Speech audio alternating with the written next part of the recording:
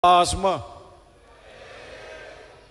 nampak masih segar lagi, belum tidur. Alhamdulillah. Pertama-tamanya saya memanjatkan rasa syukur kehadrat Allah Subhanahu wa taala kerana pada malam ini dapat bersama-sama hadir di dalam satu majlis yang agak penting dan bersejarah, majlis pelancaran Parti Perikatan Nasional Negeri Pahang.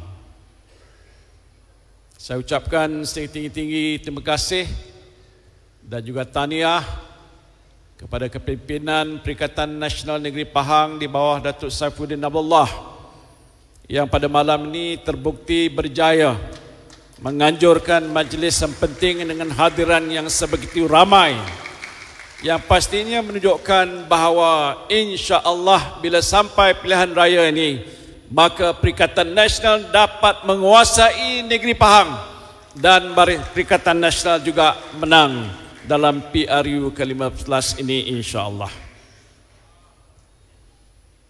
Tadi saya dengar dengan tekun rakan-rakan yang telah pun menyampaikan ucapan yang cukup penting.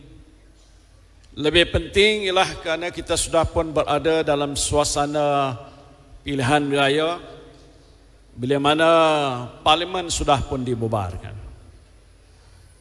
Nanti Suruhanjaya pilihan raya akan menetapkan tarikh bila mana akan diadakan hari penamaan calon, hari mengundi awal dan juga hari mengundi.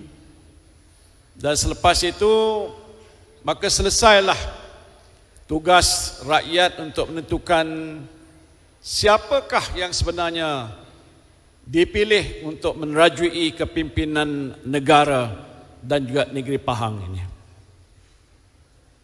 Jadi ini suatu situasi yang cukup genting dan kritikal. Satu keadaan yang memerlukan kita sebagai anggota Parti Perikatan Nasional memberikan perhatian yang cukup serius. Serius bukan soal kerana pilihan raya saja, tapi seriusnya ialah kerana kita mengambil suatu pandangan yang agak terlalu penting untuk menentukan supaya keputusan pilihan raya kehadapan ini akan dapat menentukan masa depan negara kita yang lebih baik, yang lebih cemerlang dan lebih gemilang. Saya membicarakan soal itu dalam konteks di mana kita berada pada hari ini. Dalam beberapa tempoh yang mutakhir, kita dapati bahawa situasi negara kita tidaklah seperti masa-masa yang lampau. Politik negara dikatakan tidak stabil. Ekonomi negara lebih terkesan selepas pandemik COVID-19 tidak kukuh. Dan lebih teruk lagi ialah kerana imej negara kita yang sekian lama dihormati dan disegani tidak lagi sebegitu pada hari ini. Disebabkan banyak peristiwa-peristiwa malang dan musibah yang menimpa kita, yang meletakkan negara kita dalam situasi sebegitu buruk sebenarnya pada hari ini. Pada masa-masa yang lampau, bila mana kita berada di luar negara dan banyak yang berjumpa dan bertanya dengan kita dan bertanya kita ini datang daripada mana, maka dengan rasa gah dan bangga kita akan berkata kita datang daripada Malaysia. Ramai orang-orang kita menunaikan umrah dan haji di Mekah dan Madinah. Syekh-syekh sana bertanya, ente datang daripada mana? Min aina ji'ta? Datang mana, nak pergi ke mana? Dan kita katakan kita daripada Malaysia. Di waktu itu, Masya Allah, hormatnya agak luar biasa. Ini negeri yang baik, dipimpin oleh pemimpin yang baik, negara yang berjaya, negara Islam contoh yang dijadikan ikutan dan teladan oleh banyak negara-negara Islam yang lain di dunia. Tapi hari ini tidak begitu lagi. Lebih lagi dengan banyak pelakuan peristiwa yang telah pun membawa kesan yang buruk kepada negara kita. Masalah rasuah yang berleluasa, kes-kes rasuah yang besar.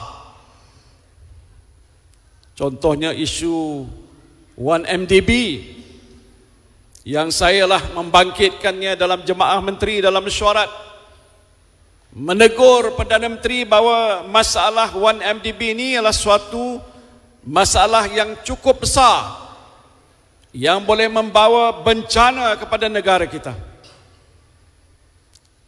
Rompakan harta rakyat yang bernilai bukan RM1, bukan RM1, bukan RM100 juta, malahan berpuluh-puluh bilion.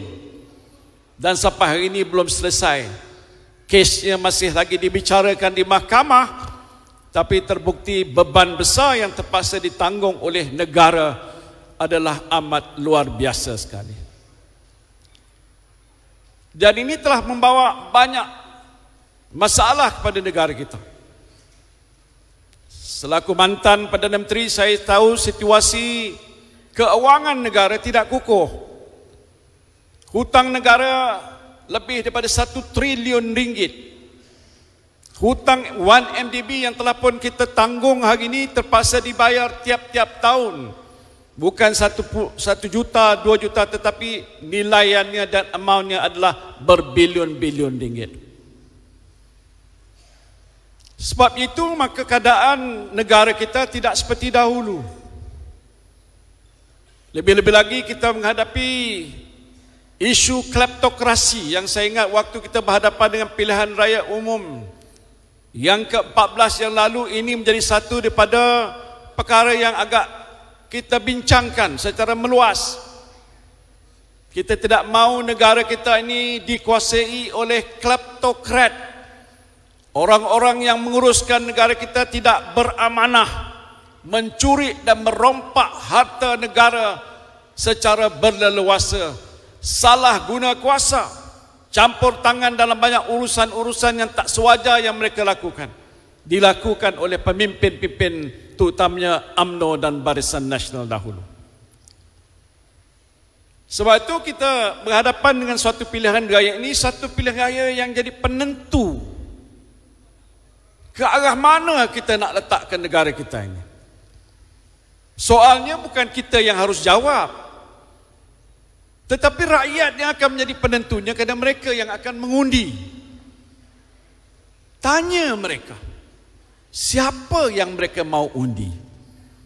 Parti mana yang akan mereka dokong untuk menentukan kemenangan untuk membentuk sebuah kerajaan?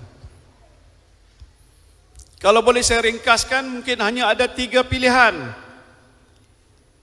Pilihan pertama, apakah mereka akan memilih Barisan Nasional sekali lagi?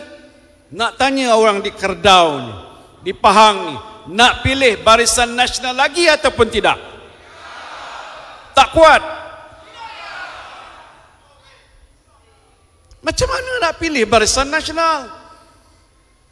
Sementara kita membicarakan soal pilihan gaya ni, kita dalam Perikatan Nasional dah berikan pandangan, this is not the right time. Understand? Speaking sikit tengah-tengah malam ni, bukan masanya. Bukan kerana kita takut menghadapi pilihan raya. Tengok, Pahang sudah awal bersedia dah, anytime, but not this time. Betul? Kerana kita tahu satu, masalah rakyat masih tertekan dan terkesan. Waktu mana kita berhadapan dengan pandemik COVID yang sampai hari ini belum selesai. Kita juga tahu yang telah pun disebutkan oleh Menteri Alam Sekitar tadi, Kasar tadi, tentang soal tren musim tengkujuh dan jumlah hujan yang masih banyak yang belum turun, 400 mm kalau tak silap saya, yang saya dipahamkan. Dan ini akan mencurah jatuh. Pahang tidak terkecuali. Bukan kerana saya doakan begitu, tapi sejarah yang lapau begitu berlaku. Ramai yang terkesan, terpaksa dipindahkan. Ada yang hilang dan hanyut dalam sungai. Rumah-rumah mereka pun agak runtuh dan sebagainya. Jangan cakap soal nak menyelamatkan mereka, memberi makanan untuk mereka, keluarga mereka, sekolah mereka. Kesannya cukup besar. Kos kerugian yang ditanggung oleh negara berbilion ringgit. Nak ada pilihan gaya waktu ini. Tapi ialah sistem kita ialah kerana kita ada perlembagaan. Perdana Menteri tadi saya dah teka dah, memang nak umum bubar pasal dah menghadap Agong dan ikut pasal dalam perlembagaan. Bila Agong dinasihatkan oleh Perdana Menteri bubar, maka terbubarlah pada hari ini. Padahal boleh tangguh lagi. Kan lama lagi tempoh masa, saya kira bulan Jun ke bulan Julai tahun depan ada lagi. Dan kalau dah masuk ke bulan 4, bulan 5, mungkin dah tak ada lagi masalah banjir. Mudahlah kita menguruskan banjir. Murah kita menguruskan pilihan gaya. Tapi malangnya perkara ini sudah pun berlaku. Kenapa? Kerana pihak yang membawa hal-hal sebegini tidak lain tidak bukan ialah UMNO. Menekan Perdana Menteri, minta supaya segera diadakan pilihan gaya. Tadi dah disebutkan mungkin ada sebab-musabab yang kita tahu kenapa dibuat begitu.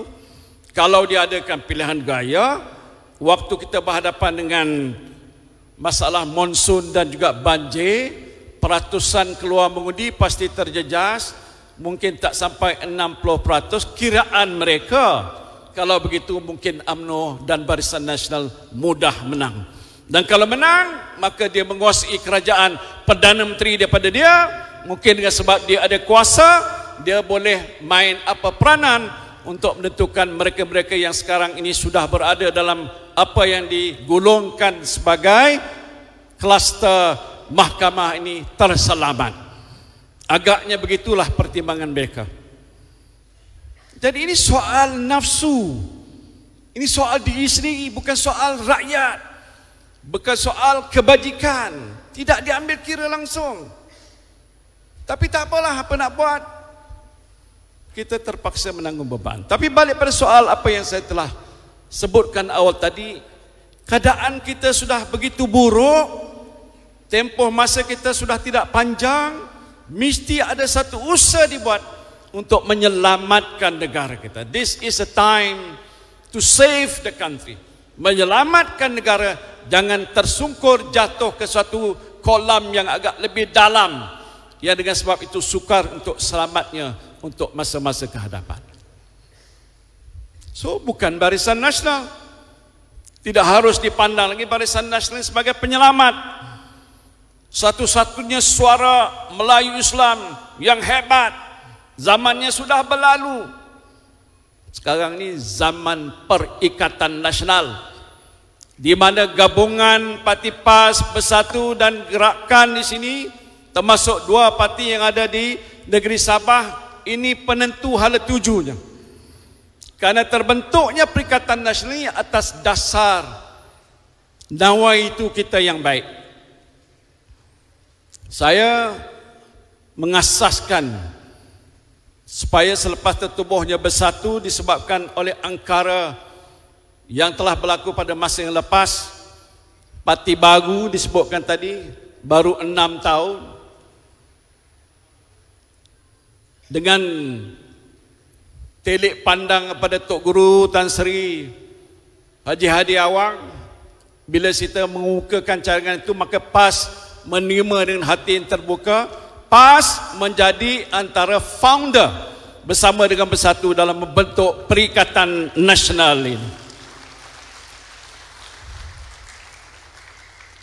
Sebab itu saya rasa berbangga dan sukacita kerana sampai ke hari ini, bila adanya pilihan gaya, maka sudah nampak jelas, terbukti nyata sikap beristiqamah antara kita sesama kita.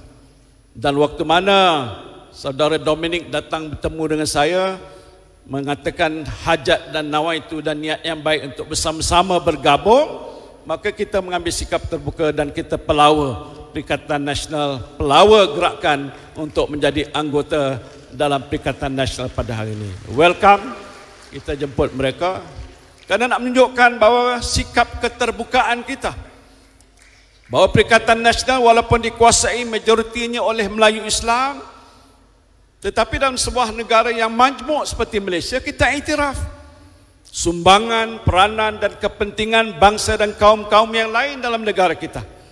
Bukan kita saja nak membela nasib kita, tapi sama-sama nak membela nasib rakan-rakan kita daripada kaum-kaum yang lain dalam negara kita. Bukan setakat membentuk saja, tapi matlamat kita apa dia? Tadi saya sebutkan ringkas menyelamatkan negara, tapi kerana pendirian kita. Pendirian kita tidak lain ialah untuk menentang rasuah. Jangan ada salah guna kuasa. Pertahankan hak rakyat. Menentukan kita bersikap prihatin tentang isu-isu rakyat. Membantu dan membela nasib mereka. Lebih-lebih lagi dalam keadaan yang agak begitu buruk selepas kita berhadapan dengan soal pandemik COVID-19. Kita nak pulih dan pemulihan itu mesti dilakukan dalam tempoh yang seberapa segera. Sebab itulah bagi saya komitmen kita sebagai sebuah parti untuk menyelamatkan negara, membela nasib rakyat, ini trust kekuatan kita yang harusnya disebarluaskan, diterangkan, difahamkan kepada rakyat supaya pengundi nanti akan dapat menentu bahawa Perikatan Nasional adalah pilihan yang terbaik. Tak usah cerita pasal PH. Saya ada pengalaman kerana kami di situ duduk. Saya beritahu dengan Yang Amat Berhormat Tun Dr. Mahathir, walaupun selepas kita bergabung untuk bersatu dalam satu pakatan yang dinamakan Pakatan Harapan, muslihat dan matlamat kita waktu itu tidak lain ialah untuk menjatuhkan kleptokrasi, menentukan supaya kerajaan Barisan Nasional ini tidak boleh kekal untuk terus merosakkan negara kita. Selepas selesai terbentuk kerajaan, kami sedar bahawa kalau kita kekal duduk bersama-sama dalam Pakatan Harapan, bersyubhah secara politik dan lain-lain dan mengorbankan prinsip-prinsip kita, pertahankan hak kita dan sebagainya bersama dengan DAP, saya takut kalau dengan sebab itu bersatu tu utamanya akan hapus dan tak akan disokong lagi oleh orang-orang Melayu Islam dan lain-lain. Sebab itu kita mengambil satu keputusan yang luar biasa.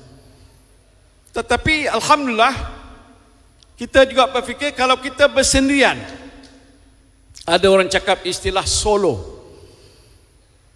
Tidak mungkin dalam situasi perkembangan geopolitik dalam negara kita sekarang ini satu parti boleh mampu menguasai dan membentuk kerajaan lagi. Waktu dan zaman itu waktu dahulu, sudah lama berlalu. Waktu zaman sekarang ni konsepnya ialah konsep perkongsian kuasa. It is sharing of power. Bukan oleh satu parti tetapi gabungan parti-parti. Maka sebab itu adalah agak bijaksana PAS bersatu dan juga gerakan di sini bergabung untuk membentuk Perikatan Nasional.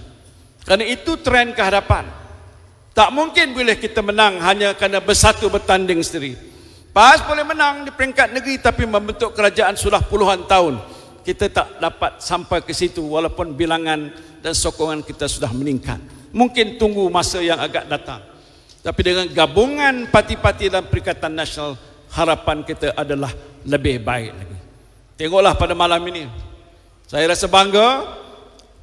Pahang adalah negeri yang dikatakan winnable, yang boleh menang. Dalam pertimbangan rakan saya tadi, Datuk Saifuddin, ada juga wakil PAS dan gerakan yang telah membentangkan pada saya siang tadi tentang kedudukan yang ada di Pahang. Mereka telah memberikan kenyataan bahawa Pahang adalah negeri yang boleh kita menang. InsyaAllah Perikatan Nasional boleh menguasai negeri Pahang dan membentuk kerajaan di peringkat negeri Pahang ini. Dan pasti banyak kursi. Ada 14 kursi. Dunia ada 42. Dah gonding dah, siapa nak apa. Tak bergaduh sikit pun, alhamdulillah. Baik-baik belaka. Parlimen ada 14. Dah diambil kira. Sejumlah besarnya adalah kawasan-kawasan yang kita boleh menang.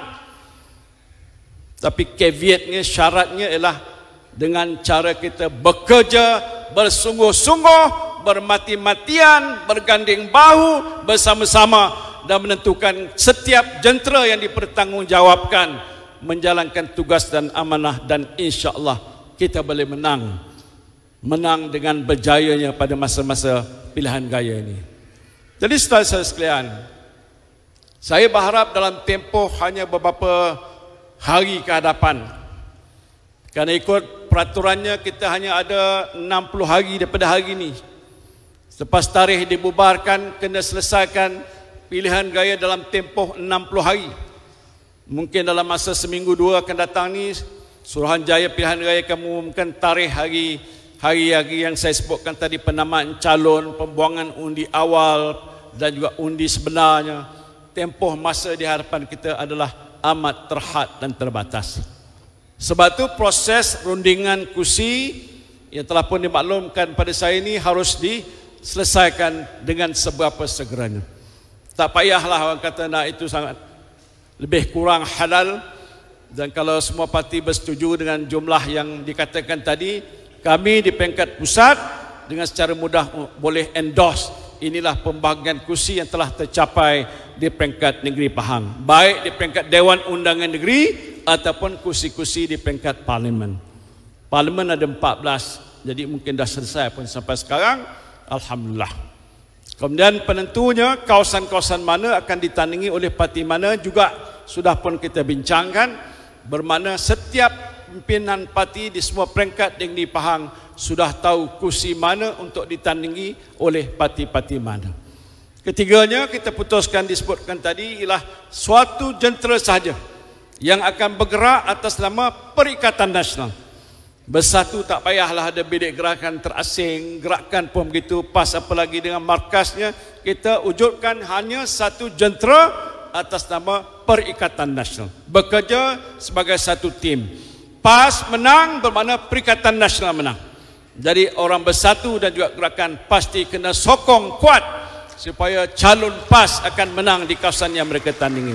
Bila bersatu bertanding, menang bersatu, menang Perikatan Nasional. Sebab tu PAS dan juga gerakan akan sokong. Demikian juga untuk kawasan-kawasan parti gerakan di mana mereka bertanding, kita mahu mereka menang. Kemenangan gerakan adalah kemenangan Perikatan Nasional. Ini komitmen kita.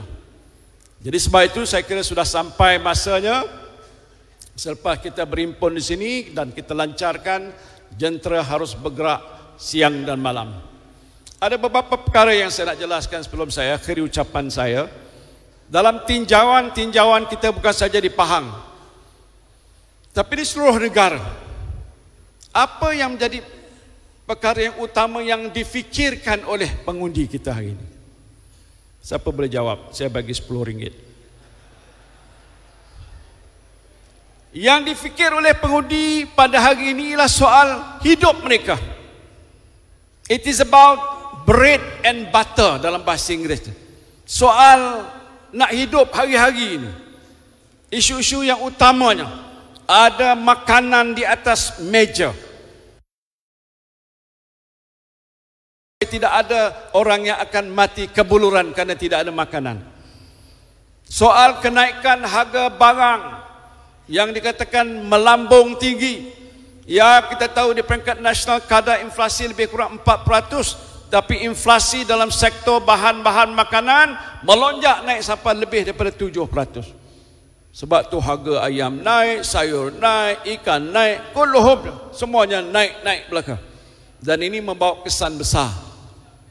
Dan disebabkan oleh pandemik COVID-19 yang lalu. Saya adalah Perdana Menteri waktu terlibat nak mengambil suatu langkah segera supaya terselamat nyawa rakyat kita, jangan terkorban dengan wabak penyakit COVID-19. Itu saya tak payah nak menceritakan, nak masuk bakul langkah sendiri. Tapi kesan daripada tindakan yang telah pun saya ambil, didokong oleh rakan-rakan dalam jemaah menteri dan apalagi frontliners bersama dengan pegawai kerajaan, hari ini Malaysia boleh dikatakan sudah hampir keluar daripada keadaan pandemik COVID-19. Dalam majlis ni ada beberapa orang yang pakai mask. Kalau dulu bukan nak pakai mask, tak boleh buat majlis pun. Kat mana ada? Duduk hanya di rumah, jangan keluar di mana-mana. Itu masalah kita. Tetapi kesan daripada keadaan sebegitu ialah kepada kehidupan kita. Ekonomi kita sudah terus. Saya pengurusi Majlis Pemulihan Ekonomi.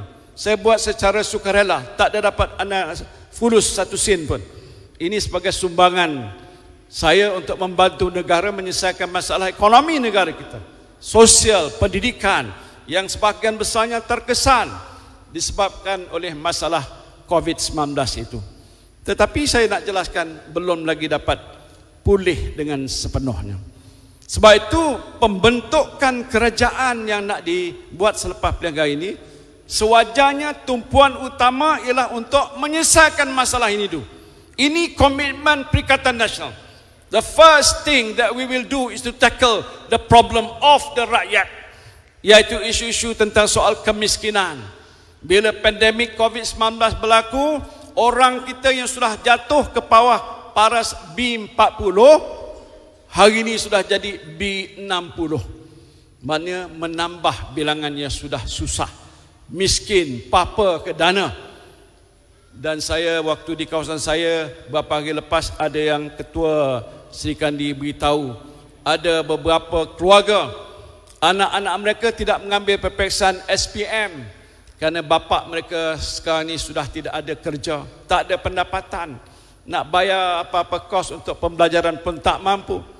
Dan juga sebahagian daripada mereka ini juga berhadapan dengan masalah-masalah kesihatan, kemurungan, tak ada makanan nak pergi ke sekolah.